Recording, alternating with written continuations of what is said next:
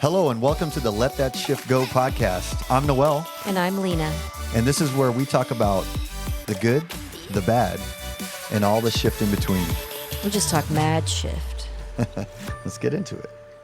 And on this week's episode, shift on deck. All that pertains to. But first, let's get into these skin deep cards and see if we can get some uncomfortable questions going here. Mike, I'll go first this week. What's a moment you will never forget from our time together? Ooh. I don't want to say the one. Well, I mean, there's a lot of great ones, especially recently. Mm-hmm. But one of the ones that I felt like was a big moment of growth for both of us for different reasons was when we were in Sedona. And you and Armando decided that you wanted to hike Devil's Bridge just before sunset. And I kept saying, it's going to get dark. It's going to, and you guys were like, no, let's go. And I was like, I don't think we should be doing this. And it was a far hike in. I mean, too far for sunset. And, I saw this old part of Noel, that you were definitely working through and on that was just like, come on, this is what we do. Yeah. And I felt this old feeling of like, oh, this is what we do. I want to be one of the we. And if I don't, then I'm like wimping out and I'm a loser. And so I went against my own internal feeling of like, yeah, I'm going back. I'm done. And you guys had gone all the way up and I stayed like at the parking lot that was at the bottom. And I'm like, I'm not going up there because it's already dark and we have to walk all the way back. And you guys went up and I stood there and I was like, F this, I'm out. And I did climb up a little bit and it was so dark and I could not find my way back. And I started to panic and cry and walk and think about like, this is how I die. Yeah. And then you guys came down and you found me after you're screaming. And part of me was like, screw them. I hope they never find me, Well, for our part of it, I mean, I did see it afterwards and it was a big growth moment for both of us because I was like, come on, what you don't trust me? Like you don't trust me and Armando to keep you safe because it's getting dark. I mean, anything out here we can handle. And me and Armando totally felt safe. Yeah. But not recognizing that you absolutely didn't and felt like totally fearful and just us relying on ourselves that we had it and all that stuff and just convincing you like manipulating you into going, come on, you could do this, like just like you said. And we got to a point where it was like pretty dark and you were like, I'm not going any further. And we're like, okay, we'll just stay right here. It's just Devil's right here. Bridge. I could see the bridge from here. We're just going to go right up there and it's called Devil's Bridge. It was the stupidest thing we've ever done. At nighttime, we couldn't even see on Devil's Bridge in Sedona.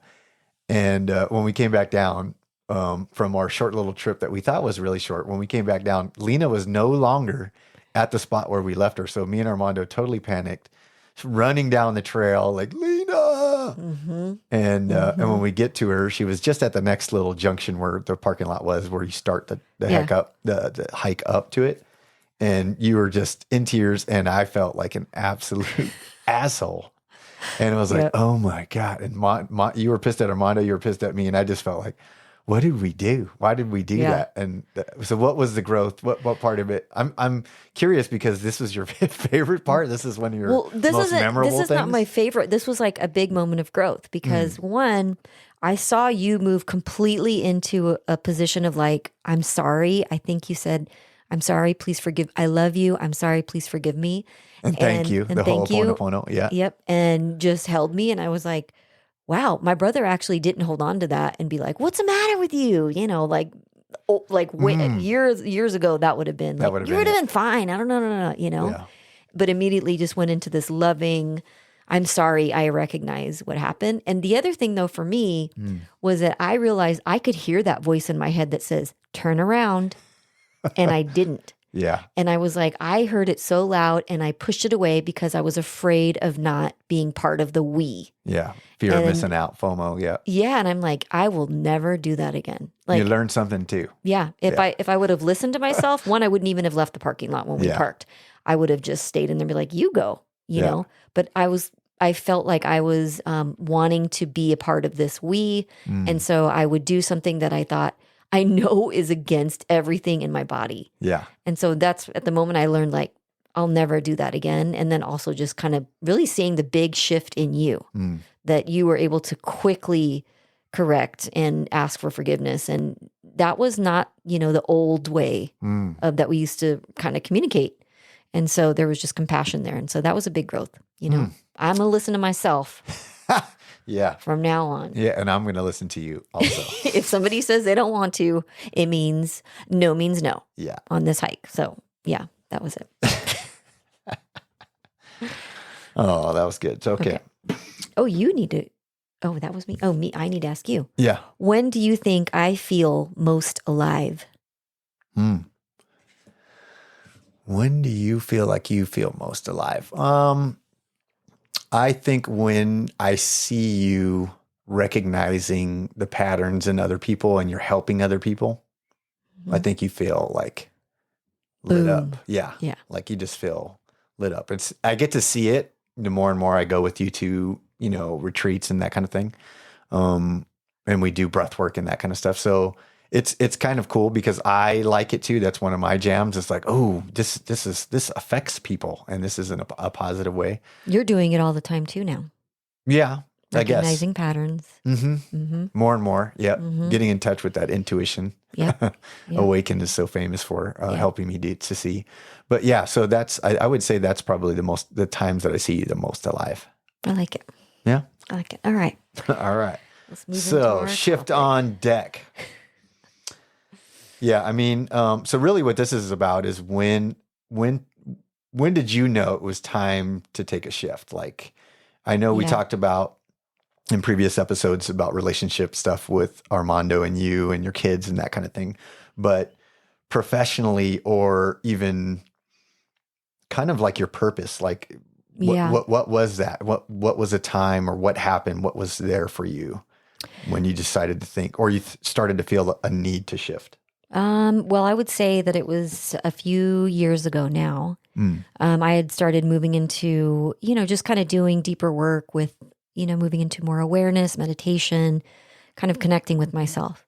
And that was a regular practice. We were having events here and just kind of moving into more of that health and wellness space. But I was working full time as a flight nurse, and that was my dream job. I mean, I did everything I could to literally manifest this home base, within 20 minutes of my home. And it was the most prestigious in my eyes, the pinnacle of my nursing career and something I'd worked really, really hard to get. And I was pretty comfortable, as far as my schedule. I worked 2 days a week, 24-hour shifts, and I had 5 days off, And so I could do what I was doing here at Serenity Cove, like on the side. And it really didn't bother anything. And I was making, over 6 figures. And I started to study with Dr. Gabor Mate on compassionate inquiry after I saw a documentary called The Wisdom of Trauma on him. And I felt like this is the truth, which is there's a root cause to everything, especially chronic illness or even accidents, like things like that.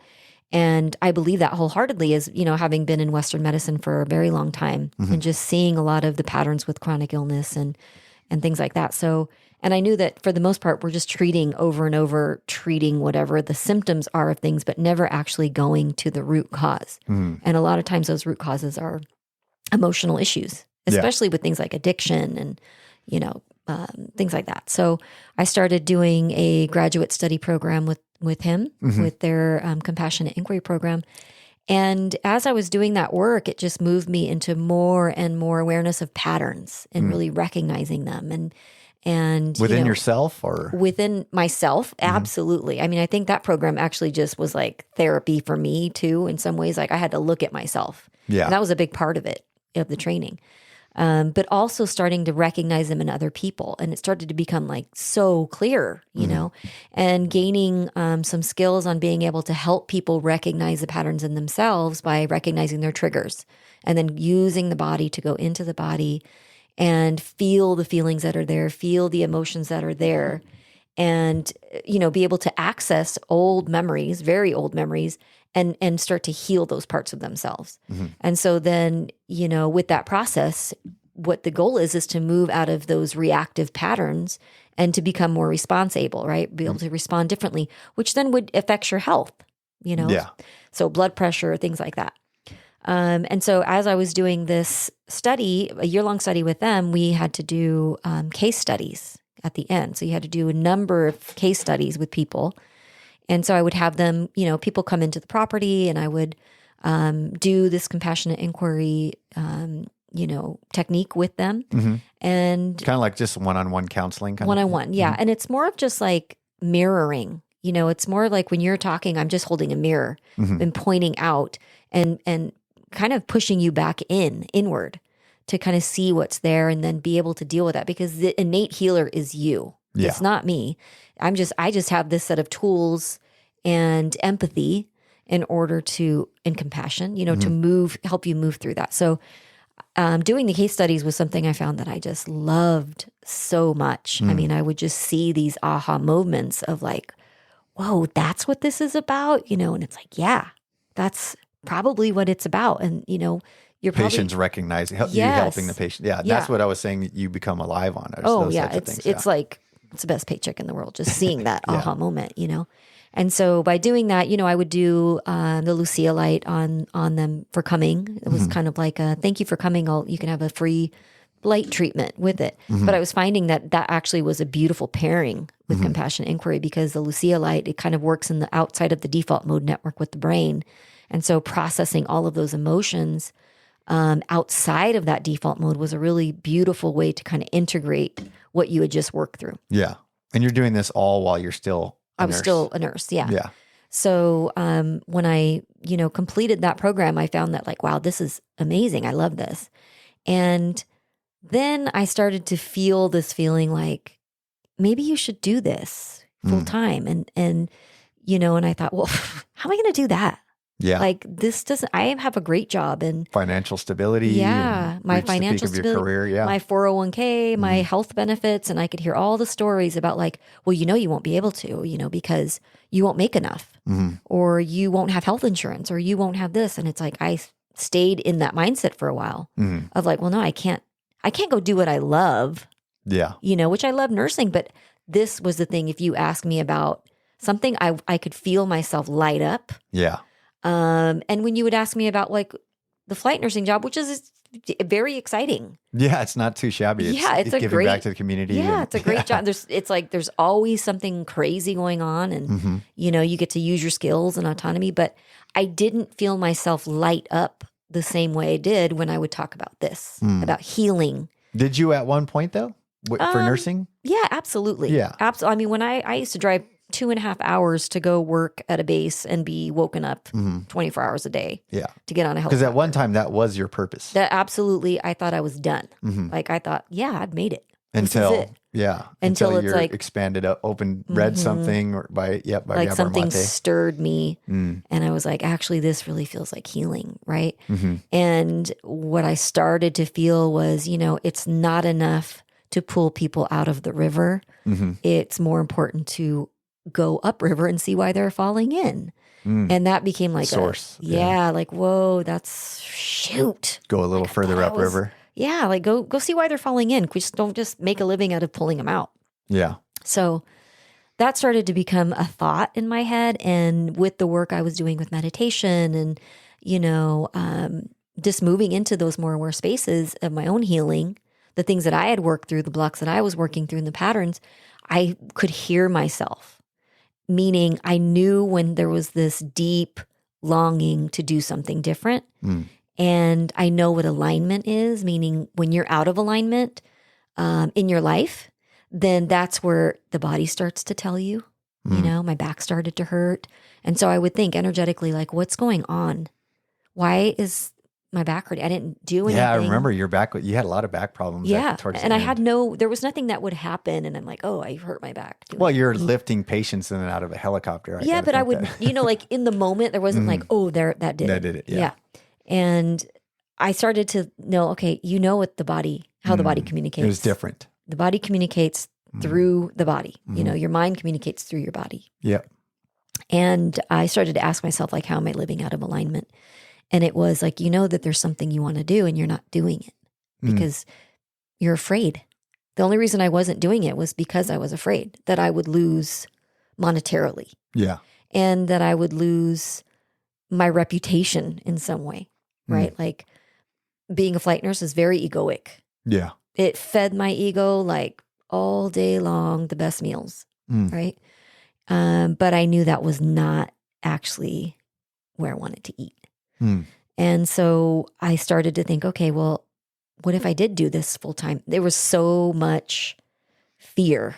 I mean, I had all the reasons not to do it. And if I would voice it, I would hear people say, are you crazy? And then I'd be like, am I crazy? Yeah. Is this where I've lost it? I've gone too far into the woo, Yeah. And too far in the woo. Too far in the woo, doing too much yoga, whatever you're doing.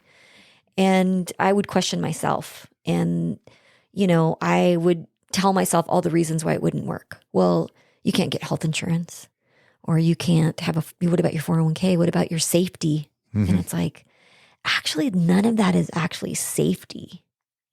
These things, and you want to talk about a dangerous job, go jump in a helicopter. Yeah. That, that flies all over the place. And I mean, we can all look at the statistics on crashes and things like that. And so that became not a good argument for not doing it.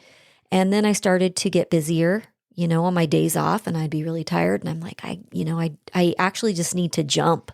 Yeah. And it was, you can't do this with your whole heart, just having one foot in. And that was the voice. Yeah. Is like, this can't be your side hustle, Yeah. Your side hustle is probably the thing you're most meant to do. Because if you're side hustling it because you like it, but you got your job as your investor, there's something about your side hustle that you're probably more excited about. Yeah. Okay. So it started to be like, okay, well, what if it wasn't my side hustle? And, then I thought, well, I need a guarantee. I need to be so busy, then I can leave. And it's like, well, that's not how it works. No. It's not how it works. So, and also, where is my ability to take a risk on myself? Could I believe in myself? Investing in yourself. Yeah. And it was what I wanted to do important and still really actually in service to people, because that's why I became a nurse. I wanted to serve other people. And then I had the discussion in my mind is actually, this feels like more of a service to people, is to, help them work through these things that are keeping them stuck. And it affects their health. It affects their families. It affects themselves, their mental health. And so it's like, well, when are you going to do that? And, I know a little bit about universal law, and when you're living in alignment and you're in service to others with, your integrity and with that deep longing to help, that you're rewarded. And I would say that to people. Yeah. Right. But it's like, all right, well, are you ready to put your literal money where your mouth is? Yeah. So because at this point you were working as a nurse, but you were also working in the compassionate inquiry, kind of having people come to the property and that kind of thing, and helping people work through. But now you have to put you have to walk the walk, in other words, because you're telling people all these things, but you haven't actually done it for yourself.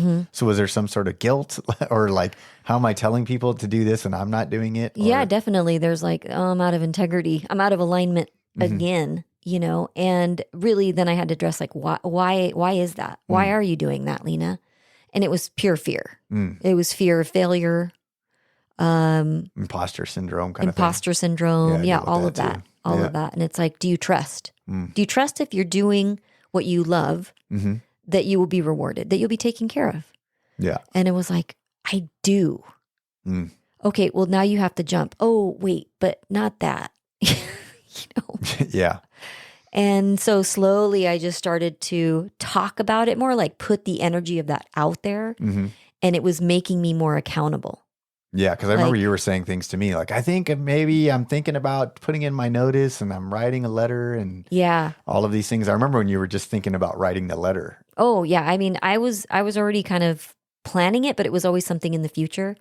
And then, we were going to be going to our first Fit for Service. Yeah. And that was when, that's a lot of deep healing and deep work, deep shadow work, like looking at yourself and doing your stuff.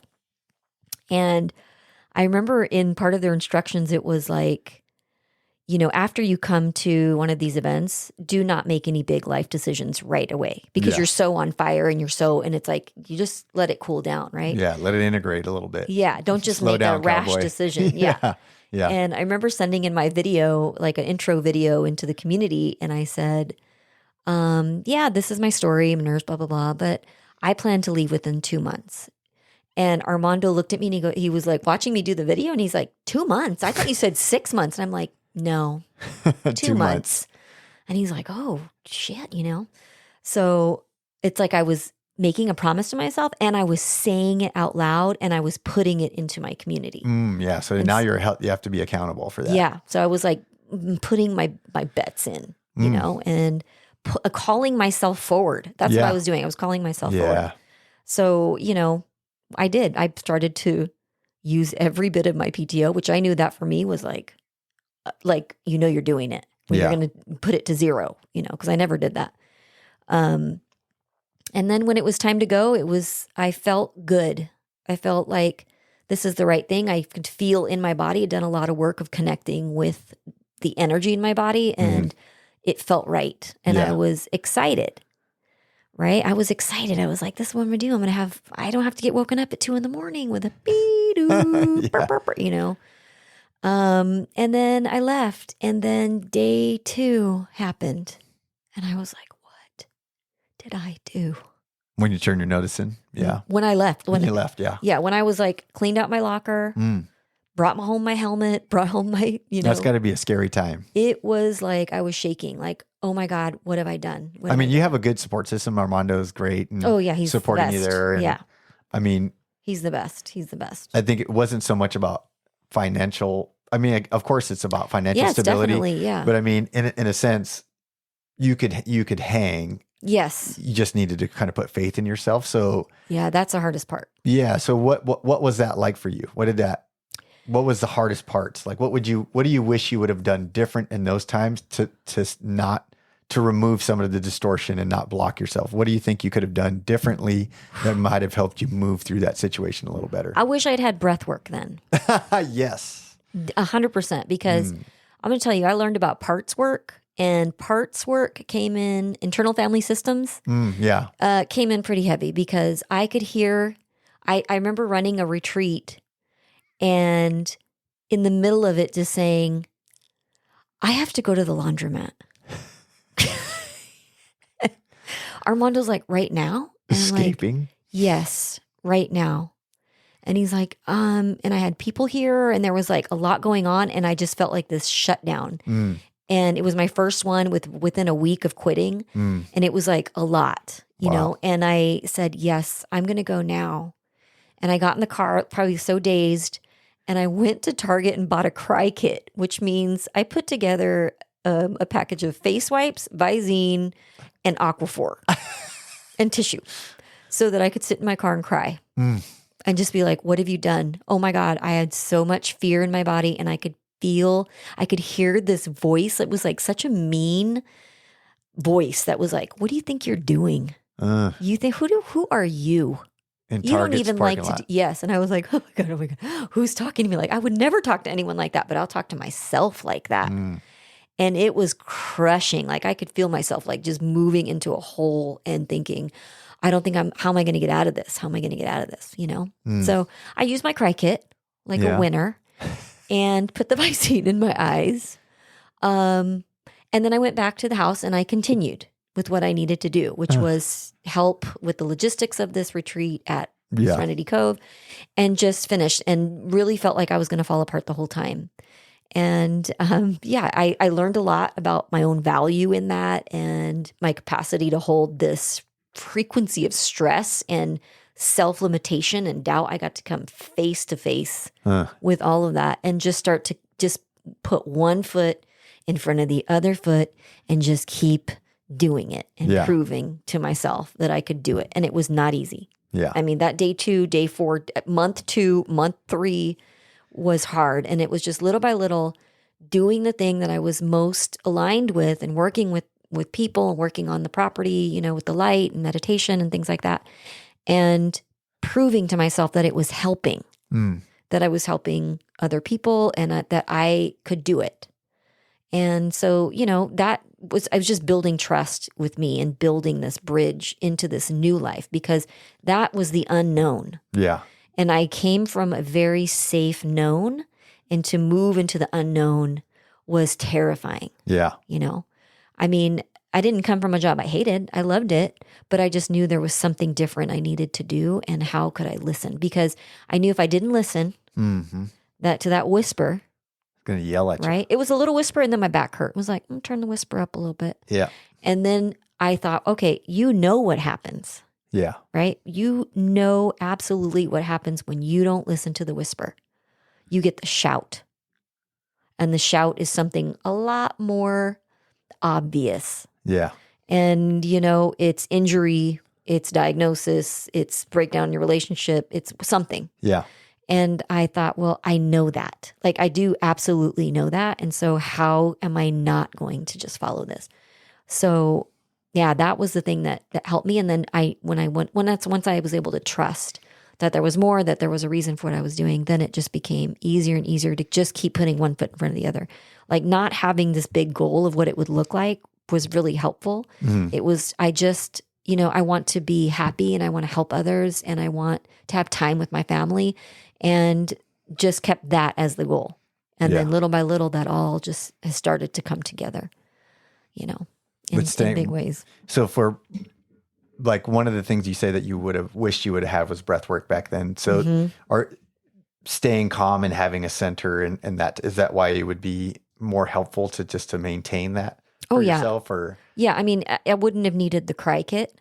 Oh, I got it. Yeah, I think if somebody had said, hey, as soon as you do this, you're going to have a really rough few weeks at least, and be prepared for all of your ugliest stories about yourself. Yeah. All of your fears about who you are and who you are not are going to surface. Yeah. And you're going to hear voices in your head that sound like the meanest, most critical parts of you come up. Yeah. And that's that parts work you're talking about, that internal family systems. And that's all normal. Who writes that book, Internal Family Systems? Oh gosh, I can't remember. Maybe we'll put it in the notes. Yeah. But it's super important. It's just being able to recognize, like, wait, what is that? I have a protector. I have a protector. I have a firefighter. I have a manager, and they all sound different, and they're all trying to protect you. Like, that part was telling me, who do you think you are? You can't do this. Is trying to protect me. Yeah. From stay safe. Yeah. In its own version of safe. Yeah. That's its version of safety is not what's in the unknown. It's what's in the known. Yeah. So stay small because you can't be hurt. Yeah. And it's like, oh my gosh. So had I known, somebody said, this is going to be really rough. Actually, and here's breath work. So when that starts to happen and you're going into a hole, like, here's some practices that you can do to like just shed that. Yeah. To just move through it, move through the emotion, feel all your feelings, and then let it go. Instead of like, get the cry kit and go to bed. Is there things that because you took an obvious, well, not an obvious, but you took a path towards health and wellness, and some other people may be going in a different direction, whatever that means for them, their purpose or whatever they're finding. Is there something that would help people to make that leap, or because it seemed like for you were studying under Gabor Mate and it just kind of untangled things for you and kind of brought you to a place where you realized things for yourself and maybe things were a different direction that you need to go. For other people, how is it, how can we recognize that in ourselves that we need to take the shift? Because you said like things are screaming or whispering at you. But those things aren't always obvious that they're whispers. Yeah. Where we validate those things or give them different meanings that will allow us to overlook them for now. Well, I think one of the big obvious things is when you are really unhappy, with what you're doing, whether it's a relationship or whether it's work. And I see that happen a lot with people, is that knowing you're out of alignment. Yeah. Just knowing like you're miserable, for whatever reason. Like, you didn't come here to be miserable and to dread. Yeah. When I started to dread going in, and that was because I was out of alignment, dread is not a feeling I came here to do. Yeah. Right. And that to me was like the wake up. Yeah. So if you're doing something that you dread, that's not it. Got it. Right. And that's where, okay, so maybe you don't have the thing that you think it is. Yeah. You know, that's not it. So that's a cue to like start thinking about what it could be. Yeah. Well, how do you know? Well, what do you spend time doing and you lose time? Yeah. What would you do for free? What would you do if money were not? Yeah. What if you didn't have bills? Yeah. What if you? What would you be doing? It was not a part of the equation. What brings you joy? What brings you smile? joy? Yeah. What makes you lose time? And you could just do it. Or the question I asked you earlier, like what lights you up? What lights you up? Yeah. What makes you most alive? Yeah. That's the question. Yeah. Yeah. What when you're talking about it, you can feel your energy just go whoosh. Yeah. Because we have the ability to change our narrative at any moment, right? Yeah. Because we can decide not to be happy. We could decide to be not be a nurse anymore or not be a pool guy, you know, whatever the case may be. And that may change month to month, day to day, based on what calls to you or what, you know, listening to yourself, listening to your mind and your body, those two coming together and making a choice. I think it's, you know, and getting clear, get clear, get clarity. Yeah. You know, and because it's like, well, I can't hear myself. I don't even know. Well, your body's probably telling you, like, tune in. What is it telling you? How are you feeling? Yeah. What do your relationships look like? Yeah. You know, how are you trying to escape your day every day? What are you running from? What are you running from? Why am I drinking so much? Why am I smoking so much? Whatever it is. Right? Yeah. It's just, you know, that's not it. So, ask the question. Get curious. Get clear. Use breath work. You want to get clear? Breath work is one of the best ways to get clear. It clears out distortion and distraction and the noise and everybody else's judgment and really being able to hear yourself. So for me, that would have been something to really help me through the process of shifting, to be able to not carry all of that and not be, you know, taken over by the old stories. Yeah. That would have been a great tool to have then. Certainly makes it more, you know, appealing now, having it now. Yeah. I mean, now I'm like, okay, I know I'm going, I feel stress and tension. I feel like my cup is full. Yeah. It's time to do some breath work. Like it's time to like get some of this off, let it move in, let it move through, let it move out. Yeah. And so that's definitely a tool. But I think also just knowing like it's okay that you're going to feel really scared when you take a big leap like that. When you feel a shift on deck. Shifts on deck and you're turtle like, heading. oh man, there's no bathrooms. Little turtle head coming out. It's cresting. Are you turtle heading? Yeah, pay attention. That's really just pay attention to your body. Pay attention. When you feel dread, it's not it. Definitely not it. And what do you do that you lose track of time? That might be it. And then how do you just take steps? Yeah. Sometimes it's small steps. But at some point, you know, when it's like the small steps aren't going to do it, you're going to have to take a big step. And how do you trust? How do you trust that it will all work out? Yeah. You know, and that's it. Man. That's it. Well, thank you for sharing that amazing journey. Thank you. And thanks for being brave enough to do so, to enter your genius. I'm working on it. I'm working on it. And you're also doing things to give back to the nursing community by offering continuing education classes for nurses and with trauma in regards to what we spoke on in the previous. Complex PTSD. And, So this is your way to give back to the community and a community that's real dear to you. Yeah. Because for me, from the outside looking in, it really feels like you saw a need or know a need because you were in that field. Oh, yeah. And that's kind of crossover to what we're doing now and being able to help your community. I'm so proud that you're able to kind of give back to them. Thank you. I love it. It's making it come full circle. Yeah. Yeah.